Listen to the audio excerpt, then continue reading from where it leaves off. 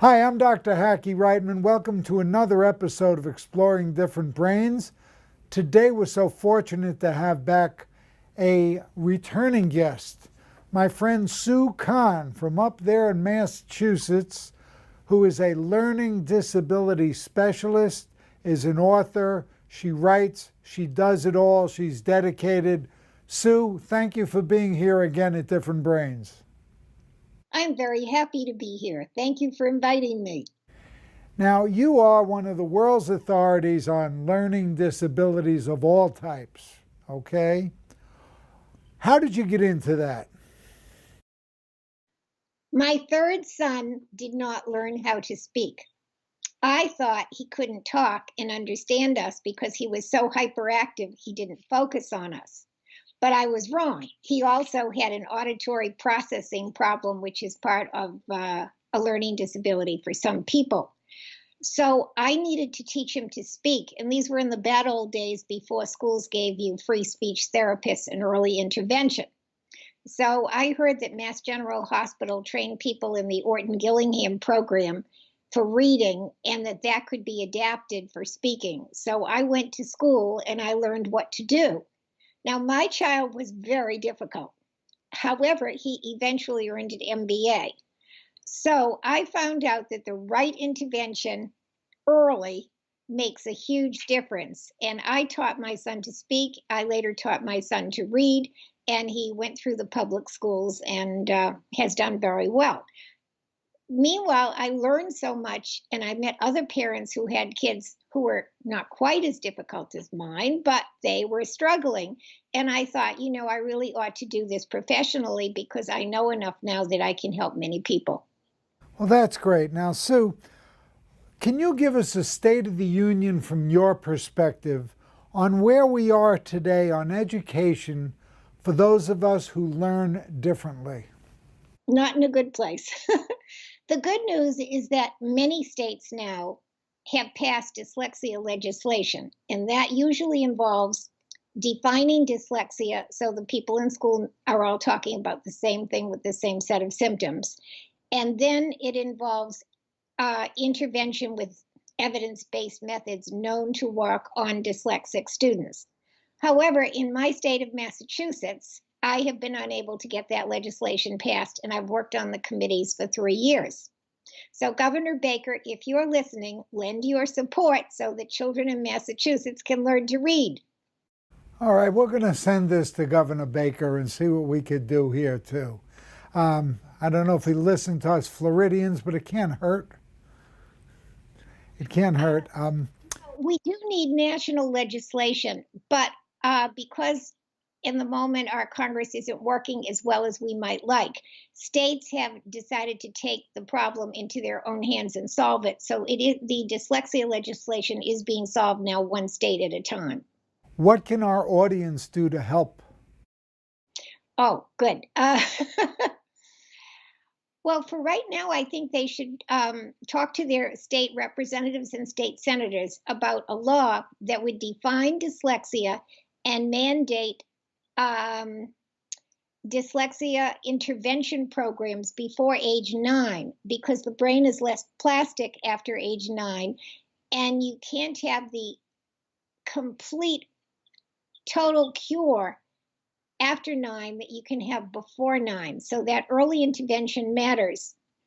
And it seems to me that the screening is inexpensive. It's about $1 a kid. And if the state is willing to screen for vision and hearing and posture, they might just as well screen for dyslexia, because they can save 20% of all children. They can make sure that they're not miserable in school. They don't become dropouts or anxious or depressed or substance abusers or criminals. They just, get to them when they're really young, fix the problem, and then the children do beautifully. I have a chart here. May I hold it up? Sure. Okay. Can you see this? Yes. Okay. This was done by Florida Center for Reading Research. And it shows that children who receive intervention, these are the red is the at-risk children, by the time they're in 4th grade, they're reading at 4th grade 9th month level. The children without intervention are reading at fifth grade, second month level. But by not doing the intervention, the fourth graders are still on second grade, fifth month level. So the answer is that the children who are at risk just stay at that bottom point, and then they can't interact with the curriculum because they're not ready to read to learn. They still aren't reading properly.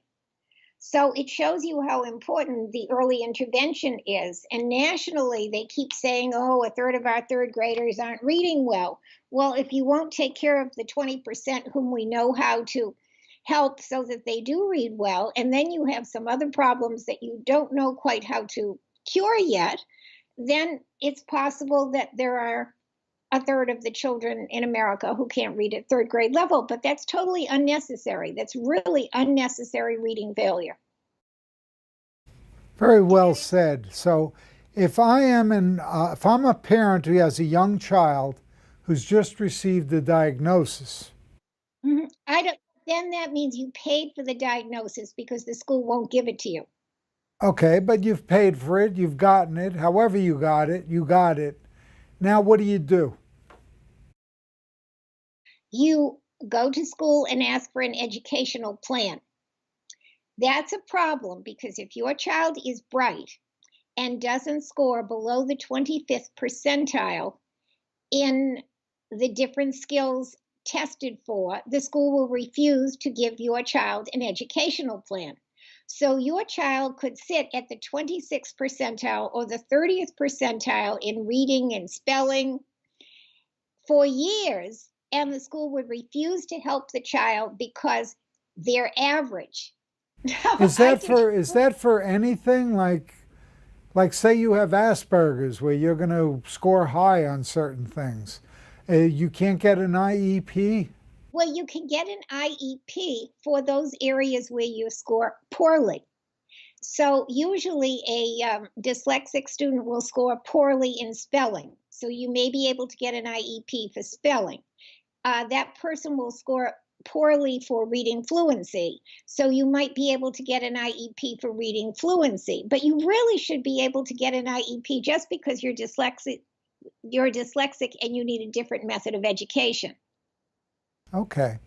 But it's very difficult. Tell us about your new book. Oh, yes, I'm very excited about that. This is called PSS for Phonics, and it stands for Position in a Syllable Determines Sounds and Spelling. And this is my reading theory. It's new. I've wanted to write this book for years, but never had time. You need to divide words up into syllables if you don't have a camera in your brain that just photographs words. But once you have the syllables and you know which letters belong together, you still may not be able to read the word correctly because you don't know the sounds of the letters. And the sounds of the letters change depending on what position they're in. So everybody says in order to read well, if you're dyslexic, you have to learn the sound or sounds that a different letter makes. For instance, C makes two sounds, k and s, whereas Y is a headache because it makes four sounds, I, I, E, and Y. So you need to know which one to make when, or you're constantly rereading words. So the position is the key. Now, what I wrote on my cover is this is a common error for dyslexic kids. They read leg is late because they find the parts of the word they know, and that's what they read. Now, once they're trained in syllable division, they find out that the G goes in the second syllable. And if the G comes before the letters E, I, or Y, the G turns into a J. So they needed to know which letters belong together, and then they needed to know that G would be a J, and now they can read the word legislate. Now, that happens quite a bit. Now, in this book here, it's very quick. It tells you what is a syllable, and it shows you in 26 different instances how the position of the letter changes. So there are 26 different letters and what happens to them and how they implement a word or influence a word so that the word can be read correctly. So it's quite A concise book, but it packs a lot of information into practically nothing. What do you think are the most common challenges that our youngsters, our young students present with today? What are their biggest challenges? Do you mean broadly speaking, or do you mean educationally speaking? Educationally speaking. The teaching methods just do not match their learning styles. Most school systems have a one-size-fits-all mentality. They really search for what they think is the best method, and then they buy maybe 1,000 books at all different grade levels, and they insist that every teacher teach that method to every kid. And the students can learn that method at a slow pace, medium pace, or a quick pace, but there is no way the student can have a method that matches his learning style. That seems to me to be very foolish. So, One size does not fit all. We know that for sure because all of our brains are different.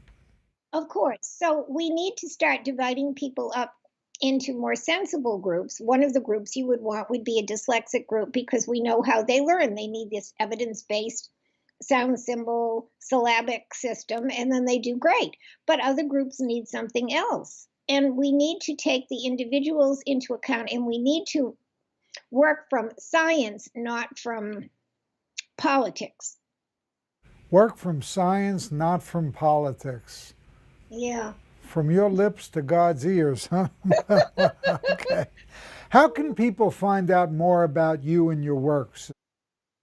I have a website, SueKahnReadNow.com. And it's much bigger than it used to be because I'm now making animated videos for free. And I have placed them on YouTube for free. I am so interested in making sure that children or even grown-ups learn to read that I am giving stuff away in the hopes that maybe someday the public schools will insist that the videos be used to teach reading. I think my caption is, will 2 minutes a day make a reading problem go away? And if all you're suffering from is reading accuracy and you watch the videos, yes, you will learn how to read, but you need to practice because knowing how and being able to do it well are two different things, but at least you would have the instruction. So last year I did 10 animated videos on reading, and this year so far I've completed 7 animated videos on spelling. And I'm also doing something else that's free, and that's my blog, which is available on my website, on Reddit, on Facebook, and on Twitter. And I'm doing 3 different things. One is really fun for me. I'm doing spelling because people always want hot tips on spelling. I'm doing homonyms because they always have to struggle with words that are similar, like the 3 different theirs. But I have a following now for grammar, which is one of my passions because I'm interested in writing skills. And I've done blogs on action verbs avoid mistakes. Everyone loves adverbs. Next week, I will be publishing who, whom, whose, which do you choose? And I find they're very popular. I get about 200 hits the first day I publish. Wow, that's impressive.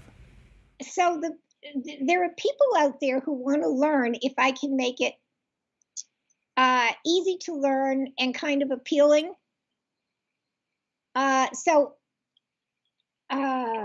Well, at any rate, I'm proud of the fact that those are free and that anybody can learn from them. As for learning more about me, my website shows all of my publications, and I now have 7, and I first published in 2013. So they can find everything through the one portal, through your website?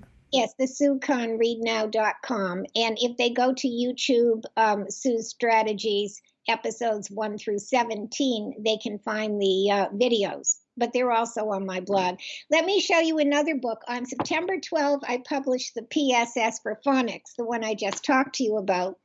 But on May 2nd, I published this one here, which is called Right to be Right. And it's my first time writing for adults. And the expected target audience is high school, college, English language learners, or anybody else who didn't learn while he or she was at school. And I base the teaching on a deck of cards. So I have a red heart who's in love with the green clover who represents a noun. And if you know the usage, you know that anytime a group of words or a word decorates a naming word or a noun, it has to be an adjective. And the book is color coded so that you know which words. It's self-correcting color coded so that you have a lesson, and then on the reverse side, if it's red, you know it has to have been an adjective, and if it's green, it has to have been a noun. And then I teach the spade is hyperactive, and if it weren't for the diamond, who represents adverbs, and the 4 points are where, when, why, and how, then the verb would just rush off our planet and we wouldn't see it again, and then we couldn't write any sentences. So we desperately need the adverb.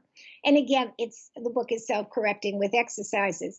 So what I've done here is knowing grammar enables you to write short or long sentences and know you didn't make a mistake. It also increases reading comprehension because people who aren't familiar with grammatical structures read sentences by what they like best. And that's not what the author says, because the author understands the grammar and is using the grammar to make certain points, but people who haven't studied it don't know what that's about. So the other thing I did in this book was I'm disappointed in most of the teenage curriculums for American education. So I said, if the kids need to practice these skills, I'm going to make them practice on American history, American government, and American culture. So we have in here, how do you vote? What is it? The executive branch, the legislative branch. I have stuff on musical comedy because I love musical comedy. But we're famous in America for our musicals. And I have history and I have authors. And I guess you would find out that I'm somewhat of a feminist because I liked Louisa May Alcott's emphasis on women way back when. So at any rate, this is kind of a fun book, Right to Be Right.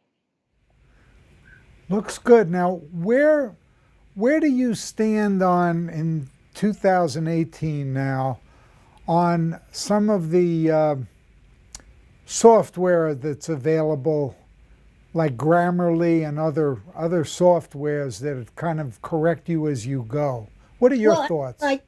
Sorry. No, because they don't really understand grammar from a functional point of view. They're always telling me that I'm making mistakes when I know perfectly well I'm not. And they're trained to look for certain basic things. So I suppose if you write simple sentences, maybe they can find your errors, but I don't trust them. I like the spelling checkers. I think they're more reliable. But again, the spell checker will only help you if you're one letter off. If you are 2 letters off, chances are the spell checker will think you're a foreigner or a foreign word and not fix the word. So if a person has achieved 6th grade spelling, then a spell checker is a good friend. But if a person cannot spell at the 6th grade level, he or she will enter words and the spell checker just won't recognize them. Gotcha. So what is your one piece of advice for someone who's got challenges, is struggling with their education at any level of school? What is your advice for them? At the moment, go find a private tutor like me and make the problems go away. Because we have study skills to teach. We have, we can make sure the person reads accurately and increase the vocabulary so the comprehension improves, increase the strategies for comprehension, improve the grammar so they don't make silly mistakes and just read what they like rather than what the author said. There's so much we can do, and most courses depend upon reading. So I like the idea of the audio books because many of my students who do not receive help before age 9 or grade 4 have reduced reading speed for the rest of their lives. And there is no way that they can complete high school reading assignments without audiobooks. So that is a blessing. But I like to have the students read with the audiobooks because there's a chance their own reading speed will improve as they try to keep up with the audiobooks. And 2 senses work better than 1. So they're listening and reading. So I love those. Now there are programs for writing. I like this voice to text Because if the students are having terrible trouble with handwriting, yes, they should be on the computer, but let's say they're even having trouble with the computer, they can speak their thoughts into the computer or the tablet, and then that will translate. So there are a lot of aids that make life a lot easier. I like them all, but grammar, no, thank you. Alrighty. And once more, could you please tell our audience the best way to reach you? Yes. Well, I have an email, which is susanbcahn@gmail.com. And I have the website, which is and where you can find out about me and my products. That's the SueKahnReadNow.com. Thank you so much for being with us again. Sue Kahn, keep up the great work you're doing. Keep fighting for that legislation up there in Massachusetts, too. Never give up. Yeah, and keep up all your good work. Thank you so much for being with us. Thank you so much for inviting me. I love chatting with you.